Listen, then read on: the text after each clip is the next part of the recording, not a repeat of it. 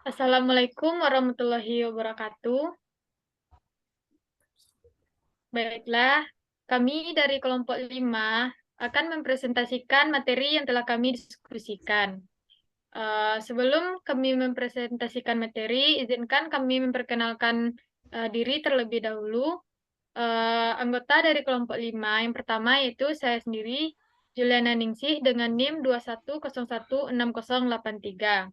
Yang kedua yaitu Nurul Aderina dengan NIM 210169099. Dan yang ketiga yaitu Ririn Nurprindia Manurung dengan NIM 210161111. Di sini kami akan mempresentasikan materi yaitu pada bagian administrasi keuangan yang diampu oleh Ibu Tia Ayuningrum MPD. Baiklah, tanpa memperpanjang kata mukadimah, di sini materi yang pertama akan dipresentasikan oleh Ririn Nuprindia Manurung. Kepada Ririn, kita persilahkan. Baiklah, terima kasih kepada moderator yang telah memberikan saya kesempatan untuk menyampaikan materi pada saat ini. Baiklah, adapun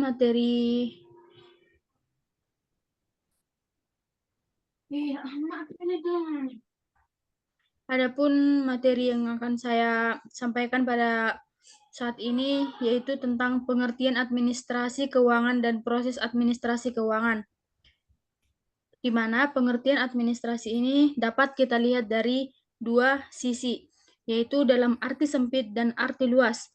Dalam arti sempit, administrasi keuangan ini merupakan segala pencatatan masuk dan keluarnya keuangan untuk membiayai suatu kegiatan organisasi kerja yang berupa tata atau usaha pembukuan keuangan. Yang selanjutnya dalam arti luas yaitu kebijakan dalam pengadaan dan penggunaan keuangan untuk mewujudkan kegiatan organisasi kerja yang berupa kegiatan perencanaan, pengaturan, pertanggungjawaban, dan pengawasan keuangan.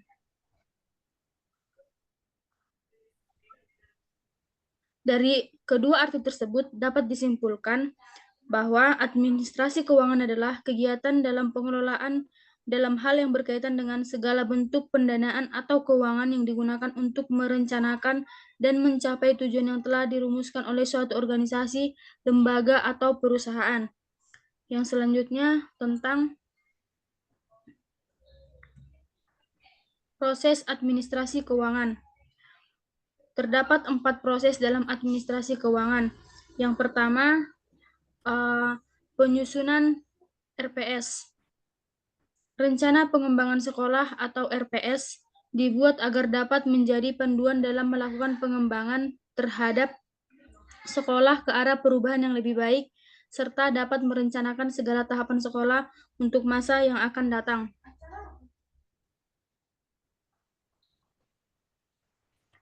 Adapun tujuan dari penyusunan RPS ini yaitu yang pertama, menjamin agar perubahan atau tujuan sekolah yang telah ditetapkan dapat dicapai dengan tingkat kepastian yang tinggi dan risiko yang kecil.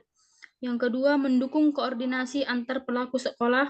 Yang ketiga, menjamin terciptanya integrasi, sinkronisasi, dan sinergi baik antara pelaku sekolah, antar sekolah, dan dinas pendidikan kabupaten kota dan antar waktu. Tahap yang kedua yaitu penyusunan RKAS atau Rencana Kegiatan Anggaran Sekolah.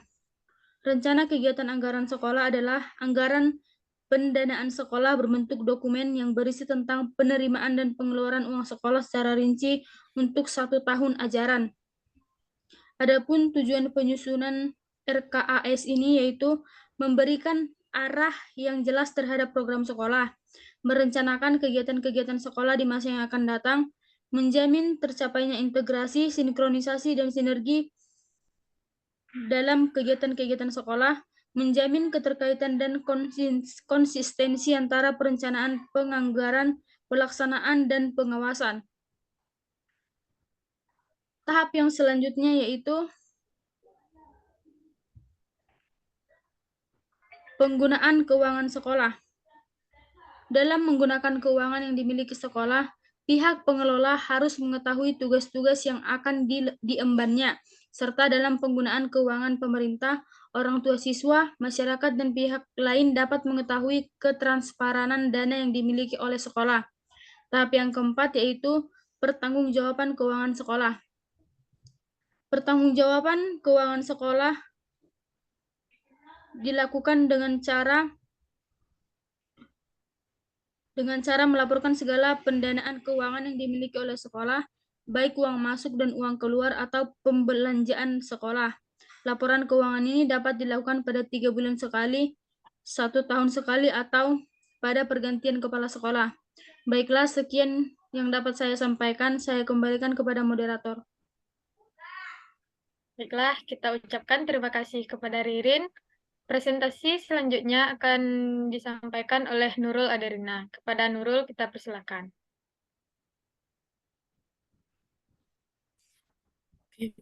Assalamualaikum warahmatullahi wabarakatuh. Di sini saya akan menyampaikan materi pemeriksaan dan pelaporan keuangan.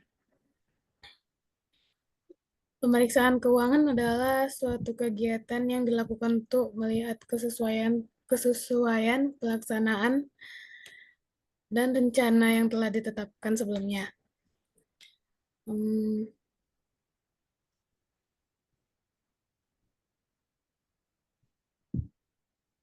Pemeriksaan keuangan adalah pemeriksaan atas laporan keuangan pemerintahan pusat dan pemerintahan daerah.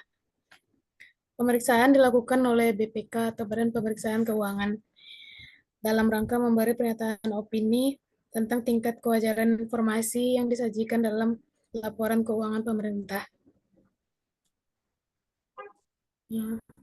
Slide selanjutnya. Laporan keuangan. Pelaporan merupakan pelaporan meliputi segala aspek yang berkaitan dengan penyediaan dan penyampaian informasi dalam keuangan. Jadi pelaporan keuangan adalah semua cara yang digunakan untuk menyampaikan informasi keuangan dalam sekolah.